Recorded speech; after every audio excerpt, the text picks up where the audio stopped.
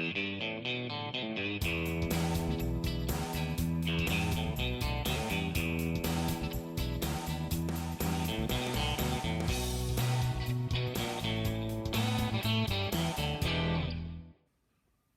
and welcome back to my channel.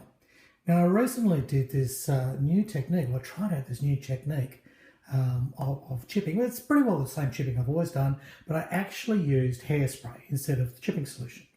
And I got different results. And I tried it out on this this little Type 23 submarine that I had, and I posted the pictures around on social media, got a huge response, and everyone was asking me how the heck did I do that? So I thought, oh well, I'll share what I know. Okay, I'm no expert here, but I'll show you the process I went through to get that sort of effect, basically, on a submarine. So here it is. Luckily, Trumpeter gave me 3 different conning towers for that submarine. So that means I've got these to play with, and I thought that would be excellent to show you how I accomplished my chipping technique. At least it was ideas I stole from everyone else. Nothing's original. Nothing that I do have I invented, basically. It's usually, well, the only time it is sort of mine is when I've cocked it up. But anyhow, I digress. So I've got these conning towers and they are ready for this process. So I'm going to do the whole thing, even the boring bits. So first we're going to need an airbrush and a good primer. So I'm going to use Styrene. And the reason I use Submarine is it's going to dry real fast. It's going to dry really hard, which means I should be able to do this whole process pretty well in half a day. Theory. I kind of cocked up when I did it for mine in that, well, I'd primed it and then sat around for a week or two while I was sort of dilly-dally thinking about it. And then I, and don't forget to shake your primaries. I put ball bearings in my Styrene. It's stainless steel ones. The other ones are bloody rust. But anyhow, I digress. Yeah, I left my hairspray sitting on there for a week, which is not a good idea because it does strange things after a week. But anyhow, let's get some Styrene happening in here. We won't need much. There's bugger all here to paint. Okay, so coat of primer. And the Styrene is so forgiving, especially for someone like me who's not an expert airbrush user. I mean, I've only had my airbrush for a couple of years now. I am enjoying it. I'm getting more and more confident with it and learning more and more, getting more the hang of it.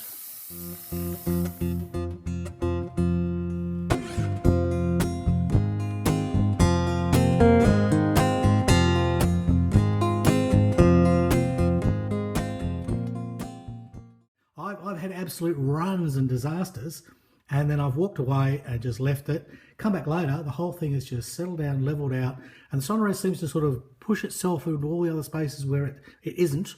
And the area that you think you've primed the poop out of, it comes up beautiful. Anyhow, so there's a trick. If you're a hopeless airbrusher like myself, Styrene is your friend. We'll let this dry and come back in about 30 minutes or so, and we'll do the next stage.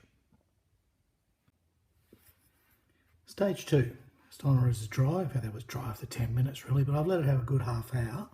And now I've got a couple of sort of rusty colours for what I'm doing here. And so I've got basically German oxide, which is a rot brown. Any old rusty colour will do. And then I've got a single brown, which is sort of that more lighter brown sort of rusty colour. So what I'm going to do is I'm going to mess this up. And this is so easy. So what I do is sort of need to have a look where the detail is. Let's have a look here. So picking things out just like you would do if you're going to do, what do you call it? You know, if you're doing dot filtering, that sort of thing. Just a few. I might do less on this one for effect. Remembering the rust will sort of set in panels and things like that. And I've also got the red to go on, so not too much. This will all become apparent when we go to the next layer. Now, life colour I'm using because it also self-levels beautifully. It's a very fine pigment. It dries quickly, and it'll love Styrene. It really goes on Styrene beautifully. So that's that one. And then moving on, not that I need to wash my brush, but moving on, we'll go to the ready colour, which is, and again I've got steel balls in these ones too. Stainless steel, because the other one's rust. So again, you're after randomness. This is almost how I do my tank tracks, where I'm just splodging on colours.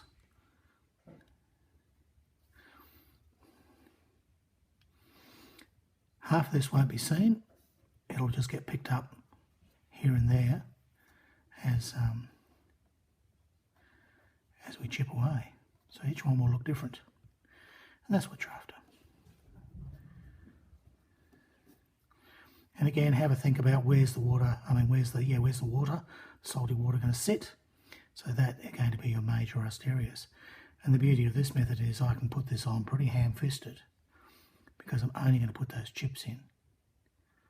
And that's all that you'll see. The black area will be good because that'll just look like normal sort of chipping without rust. So,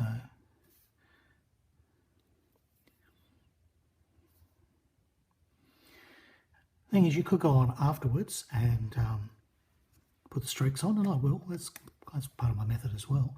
But I got such a good result from just applying this rusty sort of effect now and then chipping, that I was so close to the look that I wanted, I didn't really need much in the way of streaks. Anyhow, we'll let that dry.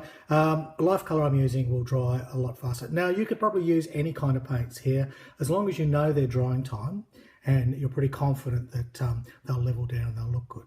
So, you know, go with what you've got. I mean, you could rattle can Tamiya this, which is actually a method I use on the BT7, and that would be your primer. And then just basically put on your next colour, which you could hand brush on if you thinned it, of whatever you like. And away you go. The trick is to get that under layer, the undercoat, almost like pre-shading the way. We're kind of pre-rusting. All right, we'll let that dry. I'll stop waffling, come back, and then the fun stuff starts. I've let that dry now for probably about 40 minutes or so, until it was fully dry. That's life colour. Your drying times will be different, but make sure whatever you put on is really dry, especially if it's enamel or lacquer. Then you may want to leave it almost overnight to make sure all the moisture comes out, because the last thing you want to do is trap moisture inside your paint. But here it's a cool but very sunny and dry winter's day, so quite frankly I probably could have done the next stage in 10 minutes. Everything's drying so quickly. All right, so now it's time for actually using the hairspray. Now, I've been recommended Tresemme, and that's what I've got, although you should get a medium hold. I've got a number 5 freeze hold, fast drying, extreme control. Might be a little bit too savage, yes, but I've sort of got away with it. But don't do as I do as I say. Apparently, if you're going to do this, Tresemme medium hold. Yes, that's the good one. And it comes in a whopping great big. I bought this because it was small and it was cheap. Just want to try this out. Give it a good shake, of course, like with everything, which I've already done. Now, the trick here, apparently, so I found out later on, was you need to be an arm's length away, okay? So if I'm going to paint those, I need to be back here where my elbow is. So I need to spray from here. And it's 2 coats. So, 2 light coats. So from back here, all right, now we wait for that to dry, and that will literally dry in seconds here. So just talk about yourselves and we'll let this dry. My hairspray is fully dry. It's probably dry in a few minutes. I actually put the fan on the little paint booth here, and that helped draw fumes around and get it fairly dry. So there we go. So that's, I put another coat on as well, which you didn't see. So I only needed 5 minutes between them. And that's probably had now about 20 minutes or so to dry while I went and made a coffee. Okay, it's on to some painting. We've done all this prep, we're going to do some painting. Now, I'm going to paint this way only because I actually want to have the natural shadows from whatever relief's on there. That's always a good trick. Normally, if the sub was made or any kind of subject, you'd spray down the angle of light, which means if you've used a black colour underneath, all the shadow areas will naturally shadow. That's sort of a modulation technique, but anyhow, that's just what I do. Right, so what I need here is don't need much for life colour, probably 15 psi is all I'm going to need. So,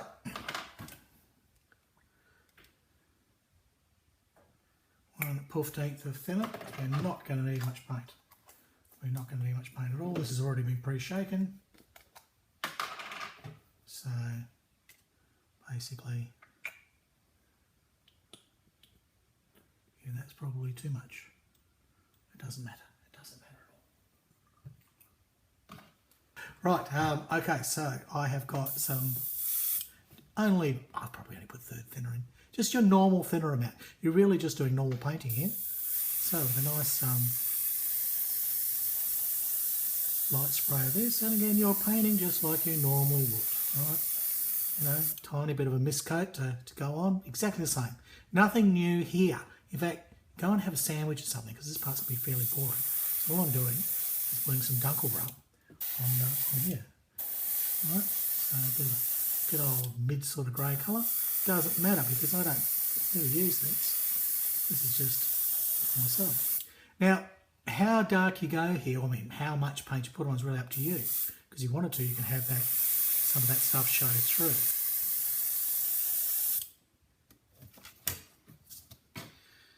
Wait for that to dry. It dries fairly quickly, this life colour. That's why I'm using it on a nice warm, well, it's about 25 degrees now. That's our winter here, down under. Yes, 25 degrees Celsius in the middle of winter. It's lovely.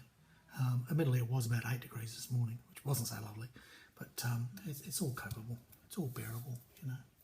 It's all what the market can bear. Now, I'll just get a bit more on here.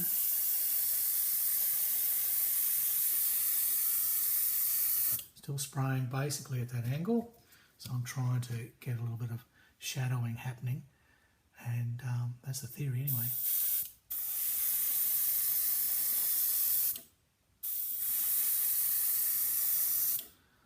Okay, well that's looked pretty good, and I won't waste any more of your time by watching me spray things, because anybody can use an airbrush.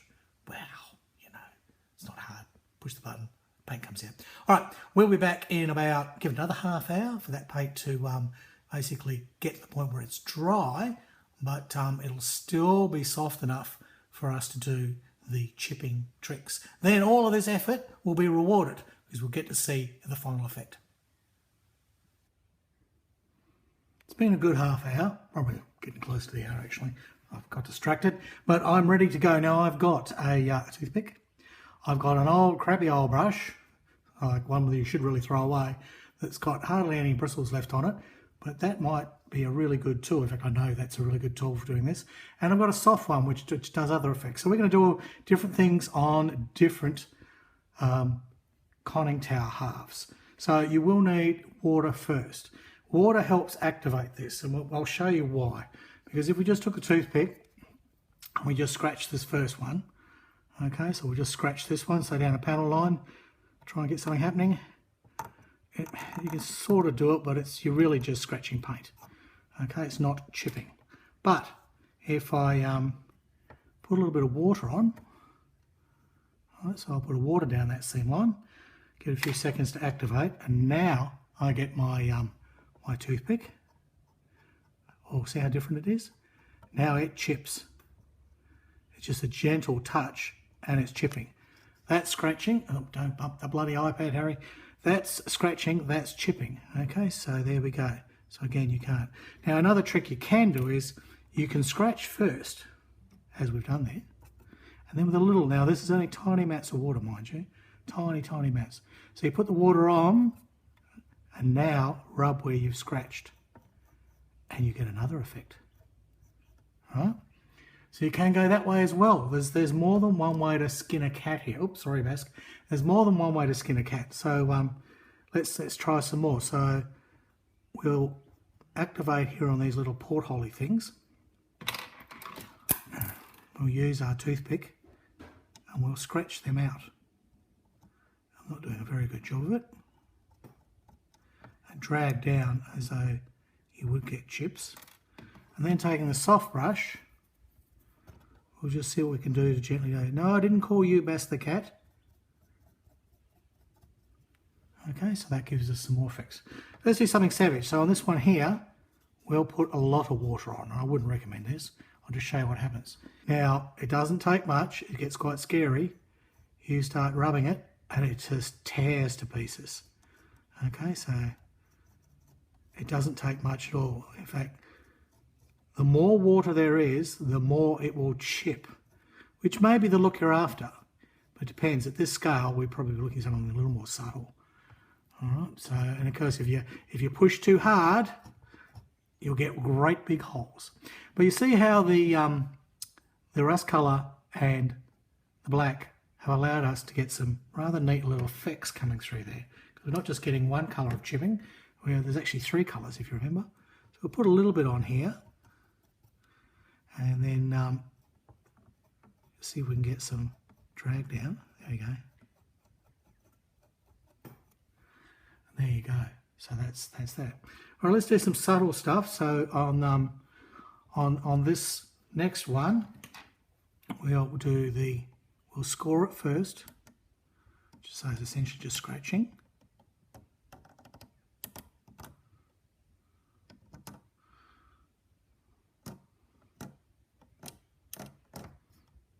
Okay, so a few scratches around the place. Then we'll take the softer brush and we'll just activate these areas a bit. The water does all the work. Once the water's on there, that's when it starts to lift. And that's essentially what it does. It sort of re-energizes that paint. So one trick I really like is you rub on something that's got relief, and straight away you get highlights get chipped. And if we rub down in the direction there will be wear and tear on this submarine, those areas we've scored, they will start to lift nicely as well.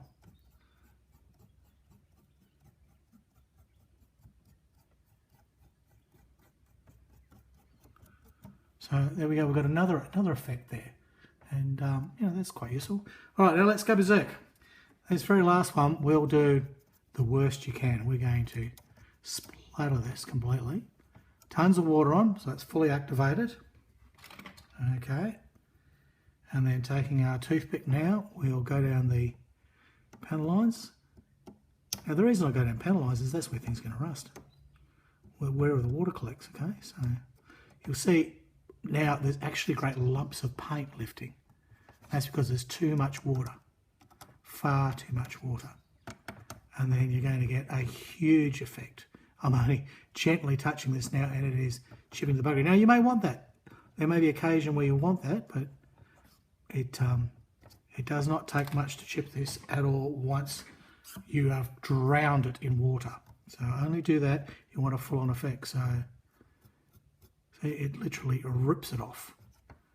Okay, so there we go. Sometimes you can just use a wet brush, and as it activates you can drag and you can get an effect. I'll show that again. So the brush, we haven't wet the area, we're just working with a wet brush to see what effect we can get. And the thing is, the good thing about this, the control is, as it starts to work, that's the point where you know, well, that's maybe I want to stop. Because all I wanted was a subtle little draggy effect. All right, we can do it with a soft brush. You get different effects. With a stiff brush and a soft brush, you get very different effects. So again, the brush is wet, we haven't pre-wet the area, and we'll just rub until we start to get some minor chips. Okay, starting to chip now. So that's it. That's it. That's all I'm going to do. So that's the thing. That's all you want. And just to show you again the worst effect, because we've got this last area, we'll slather this in water. Wait a few seconds. And then even using the soft brush, oh dear, oh my. And you may want that effect. So this is the thing. This is how it works. A little bit of water activation gives you little scratches and chips. A lot of water gives you huge ones. So you just have to sort of judge that, how much you want. And you can scratch dry and then you can drag wet, or you can scratch and drag wet. There's so many little effects you can get out of this, and the variations, as you can see, are endless. There you go. I hope you have fun with this. That's basically how I managed to chip a submarine. Bask, stop wrecking that.